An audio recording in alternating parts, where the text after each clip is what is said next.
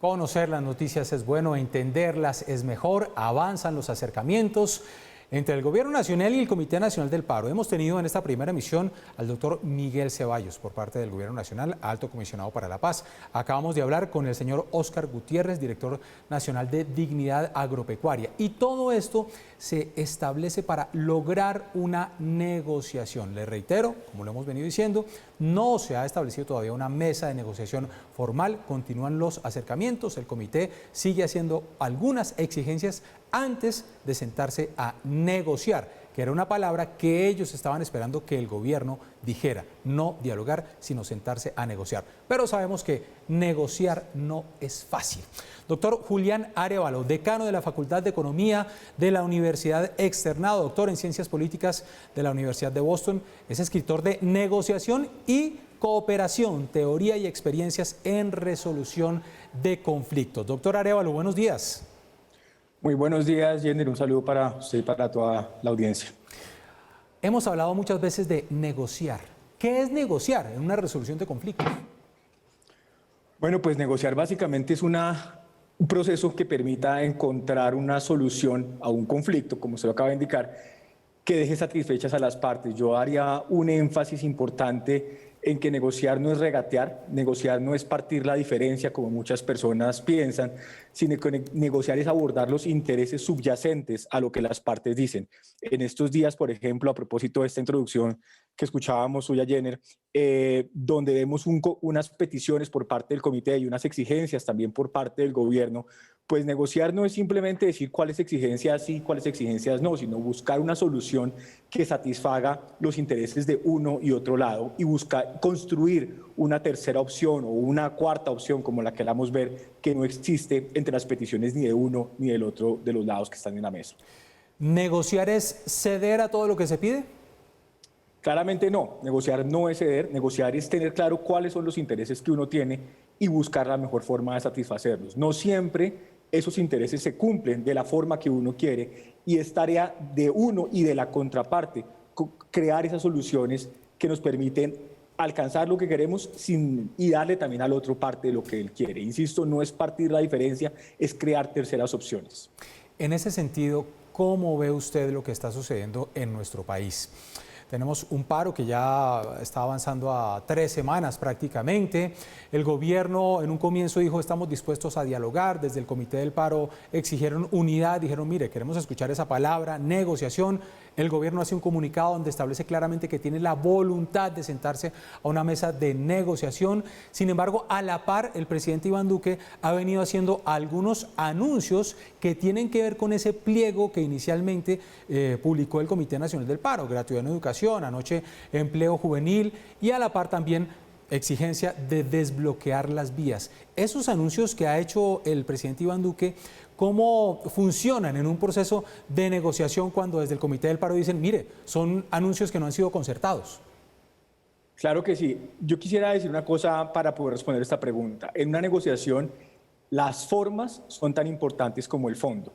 Es decir, no basta que yo haga una cantidad de concesiones, no basta que yo diga que voy a hacer una cantidad de cosas que a la contraparte le podrían interesar, siempre y cuando no lo haga de la forma correcta. ¿Dónde me reúno? ¿Con quién me reúno? ¿Cómo voy vestido cuando me reúno? O sea, si por ejemplo, como nos ha pasado en ocasiones anteriores, el presidente va vestido con la chaqueta de la policía, por poner un ejemplo, pues esto manda un mensaje que es incorrecto y insisto, independientemente de lo que de fondo se esté haciendo, las formas pueden dañar el proceso.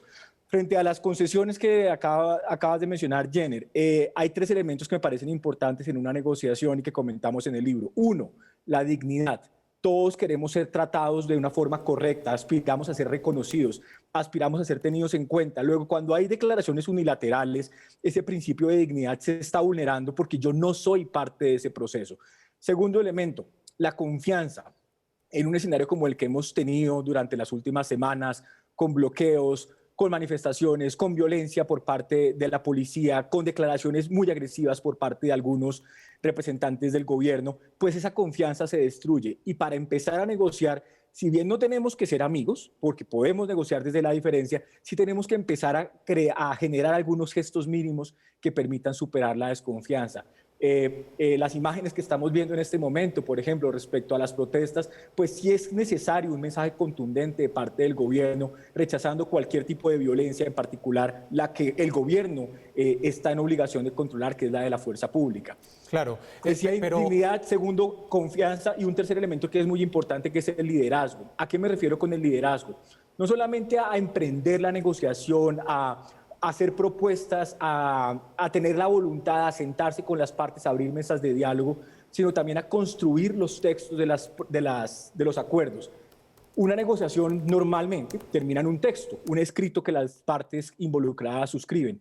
Si no tenemos la capacidad de producir esos contenidos, de buscar puntos de acercamiento, de tener ese liderazgo para resolver esas diferencias y escribir un texto conjunto, pues va a ser muy difícil. Y en este caso también hemos visto, desde luego, un problema importante de liderazgo, sobre todo por parte del gobierno.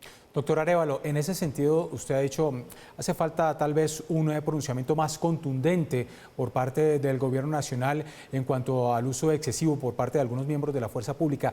Pero en ese mismo sentido también le pregunto del otro lado, ¿no hace también falta un pronunciamiento más contundente por parte de los miembros del Comité Nacional del Paro en el rechazo, por ejemplo, a los bloqueos? Claro que sí, claro que sí. En una negociación son las dos partes. Hacía el comentario sobre el gobierno porque claramente el que más está preparado, el que más capacidades tiene y el que más responsabilidades tiene en este tipo de situaciones tan asimétricas, pues es desde luego el Estado colombiano o el Estado que sea en cualquier otro escenario. Pero desde luego, las dos partes tienen que empezar a tener gestos de acercamiento, gestos que contribuyan a construir la confianza y a reducir las tensiones que existen en un momento tan complicado como este. Estábamos muy pendientes el fin de semana, reunión 2 de la tarde, Comité del Paro, Gobierno Nacional, y todos esperábamos que tuviéramos humo blanco ese mismo día. Obviamente no iba a ser así, pero siempre una expectativa de que estas negociaciones, de que se llegue a algo rápidamente. ¿Cómo son los lapsos de tiempo en estas negociaciones? No, yo diría todo lo contrario más bien. Estas negociaciones son muy complicadas y lo que uno debería pensar son en procesos más que en eventos. Es decir, vamos a arrancar un proceso, vamos a empezar a escucharnos, vamos construyendo gradualmente. El gradualismo es una receta muy recomendada por los expertos en este tipo de situaciones y a partir de ahí vamos construyendo pequeños acuerdos que sirvan como ancla para las discusiones posteriores. Eso en cuanto a esta mesa principal sobre la que se han sembrado tantas expectativas. Pero en paralelo, me parece muy importante que desde el gobierno, en este caso, se inicien diálogos con diferentes actores en diferentes ciudades, en diferentes regiones, en diferentes espacios. Por ejemplo, claramente respecto al Comité del Paro ha habido una queja por su cuestionable representatividad de muchos sectores, en particular los jóvenes que han sido protagonistas de las marchas durante estos días. La pregunta entonces sería, ¿cuál es esa estrategia en paralelo del gobierno para acercarse a los jóvenes, para acercarse a organizaciones sociales, para acercarse a problemáticas que se salen del ámbito estrictamente nacional y que pueden empezar a construirse desde las regiones, desde las universidades, desde diferentes espacios? Y más bien pensar una situación como la que estamos viendo, no como una mesa en la que hay dos partes enfrentadas como si fuera un juego de ajedrez, sino podríamos llamarlo de una manera más holística, con múltiples dimensiones interactuando simultáneamente. Sí. Básicamente entender la multidimensionalidad de un problema como el que estamos viendo y prepararse para eso y no esperar que simplemente en una mesa, como lo hemos visto hasta ahora, se resuelvan todos los problemas. Y eso amarrado a unas expectativas muy altas que generan una frustración cuando vemos noticias como las de este fin de semana, donde no se ha podido avanzar en esas conversaciones. Usted, experto en negociación, ¿es optimista frente a este proceso? Vea, yo no quisiera hablar de optimismo o de pesimismo, sino más bien de cómo uno se prepara para abordar una situación como esta. Yo creo que el presidente y el equipo de gobierno harían bien en recibir apoyo de la comunidad internacional, las Naciones Unidas, una cantidad de ámbitos, de organizaciones que podrían apoyar mucho en este proceso, porque lo que hemos visto hasta ahora, desafortunadamente, ha sido un manejo muy torpe de la situación, la imposibilidad de construir acuerdos y básicamente pues es algo básico. Cuando uno no sabe cómo hacer algo, déjese ayudar. Y yo creo que hay muchas organizaciones, como decía hace un momento, muchos gobiernos en otros países que están dispuestos a apoyar en un proceso como este. Pues es el doctor Julián Arévalo, decano de la Facultad de Economía de la Universidad Externado. Un placer tenerlo. Feliz día. Igualmente, muchísimas gracias. Que esté muy bien.